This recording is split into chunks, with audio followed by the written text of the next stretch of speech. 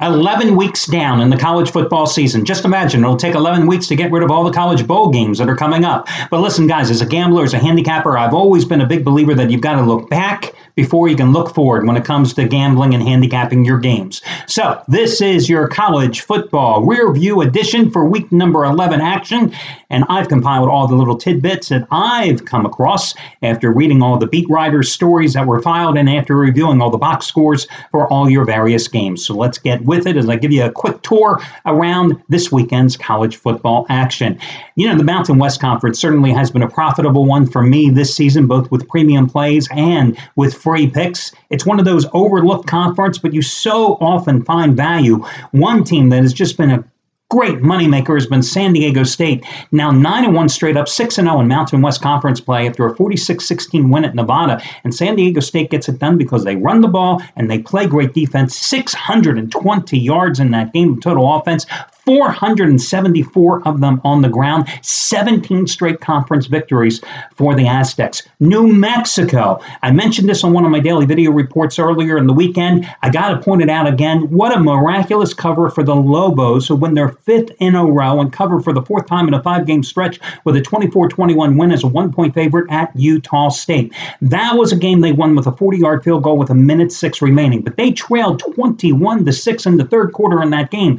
And Utah State had a 1st and goal at the New Mexico 9 with 8.5 minutes to play in that contest. They got 7 yards on a 1st down run. Then, next 3 runs, they were stopped. New Mexico regains possession. They go on a drive that covers 76 yards in 11 plays, results in that game-winning field goal, and that's how they are now 7-3 straight up and 5-1 in conference play on the season. Air Force comes back home, takes on Colorado State. And what a huge game for the Falcons. A season-high 485 yards rushing and that 49-46 victory over the Rams. The biggest shocker out west to me this weekend, a Wyoming team that just 2 weeks earlier knocked off Boise State at home. Well, they got knocked off themselves. They traveled to Las Vegas to take on UNLV, and the Runnin' Rebs in triple overtime won that game 69-66 because their offense came up with 653 total yards, including 402 on the ground. They controlled the clock for 38 minutes in that game, and Wyoming shot themselves in the foot. 4 turnovers in the game for the Cowboys. Now, Florida beat South Carolina 20-7 at home. Another SEC snoozer. Another game from the SEC that's really the cure for insomnia. They held the Gamecocks to 256 total yards in the game. This after losing to Arkansas on the road to 31-10 the prior week. Gators, though, have lost 5 defensive starters and 4 on offense the past 2 weeks. So it'll be interesting to see how many of those players they get back for this week's game against LSU that is going to be played in Baton Rouge, remember, because it was rained out or hurricaned out earlier this season because of Hurricane Matthew, and it was supposed to be played in Gainesville. So LSU, of course, showed again how good it is playing, even though it has the interim coach and Ed Orgeron, but this guy probably hasn't had a chance in hell to get the full-time coaching job in Baton Rouge, but he gets his team back off the deck after losing 10-0 at home to Alabama. They go on the road and they smother Arkansas 38-10, outgain the Hogs 547-291, 35 minutes time of possession in that contest. And now 4-1 under Orgeron. And again, they return home to host Florida this Saturday. Washington State continues to roll, and unlike Washington, they remain undefeated in the Pac-12. 56-21 home win over California. 8th straight win overall. Luke Falk, their quarterback, 373 yards, 5 touchdown passes on the season. Luke Falk, 73.9% completions. Little over 3,600 yards, 33 touchdowns. Now, they are going to travel to Colorado next week, okay? On the road this year, Luke Falk, 76% completions, 1,650 yards, 16 touchdown passes, and 3 interceptions. And it's not like he's played all bad road teams, okay? He played at Boise, tough place. He played at Stanford, played at Arizona State, played at Oregon State. So Cougars won last year's game 27-3 against the Buffaloes. They were at home. Falk was knocked out of that game with a concussion early after throwing for just 199 yards and 1 touchdown. And it was a devastating injury because he missed the following week's Apple Cup loss to Washington.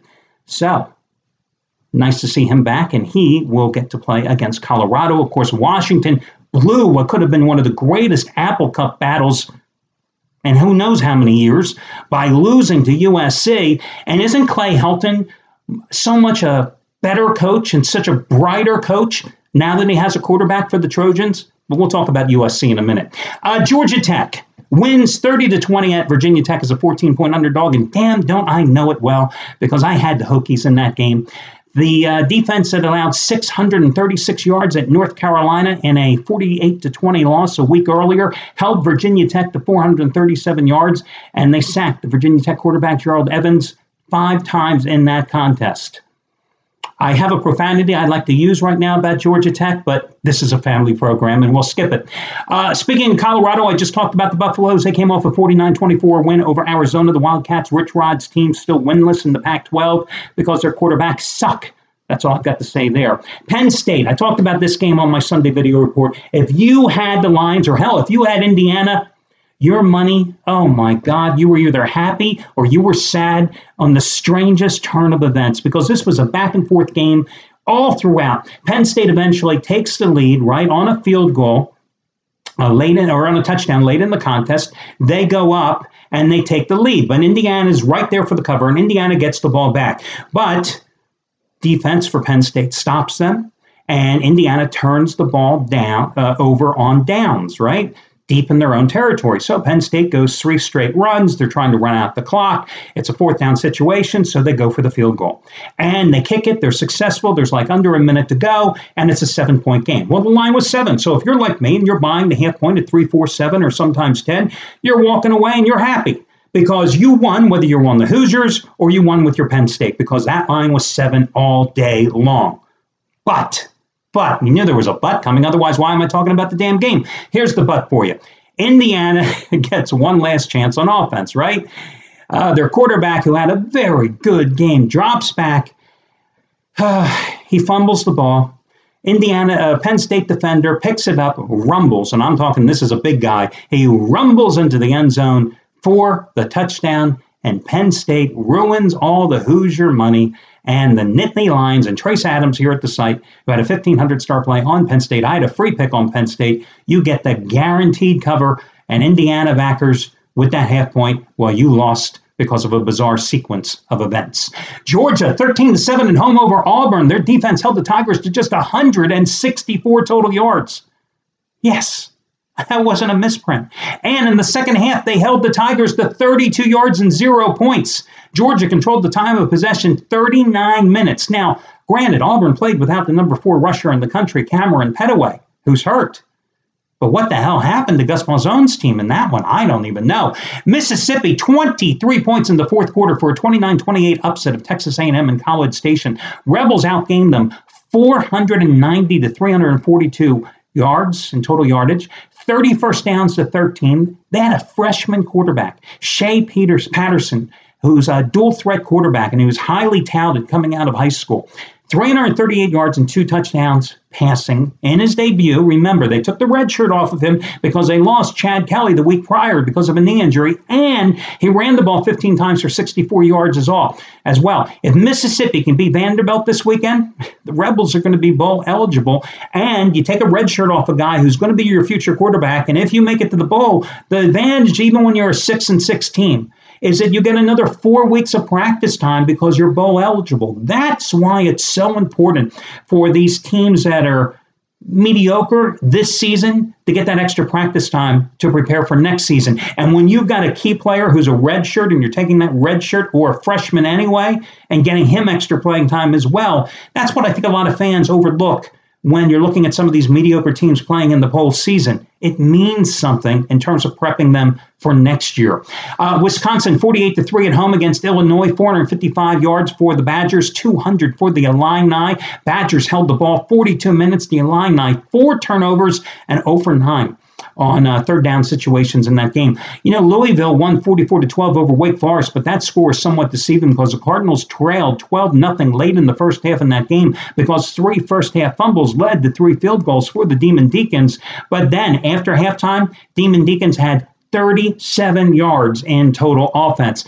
Hey, Ohio State beat Maryland 62-3. You almost have to feel sorry for the Terrapins. They had 176 total yards in that game after Ohio State beat Nebraska by the same 62-3 score in Columbus a week earlier. And Maryland, you have to feel sorry for them because the week prior they lost at Michigan 59-3. They have now lost 3 straight games and allowed 163 points in the process. And after opening the season 4-0, here we are 11 weeks through the regular season, and they still need one more win to become bowl eligible. And they visit Nebraska this week, and their starting quarterback, Barry Hills, was hurt again at the end of the second quarter of the Ohio State game. I mentioned about Southern Cal. 6 straight wins now after the 26-13 upset of Washington in Seattle, handing the Huskies their first loss of the season. Sam Darnold, the quarterback who took over and has guided them to the 6 straight wins, 287 yards passing, 2 touchdowns. Ron Jones, the second, 23 carries, 93 yards. The Huskies were held to 276 total yards in that game. They only had 17 rushing yards. 17. They entered this game as the number 1 running team in the Pac-12. They were averaging, and let me just look this up for you.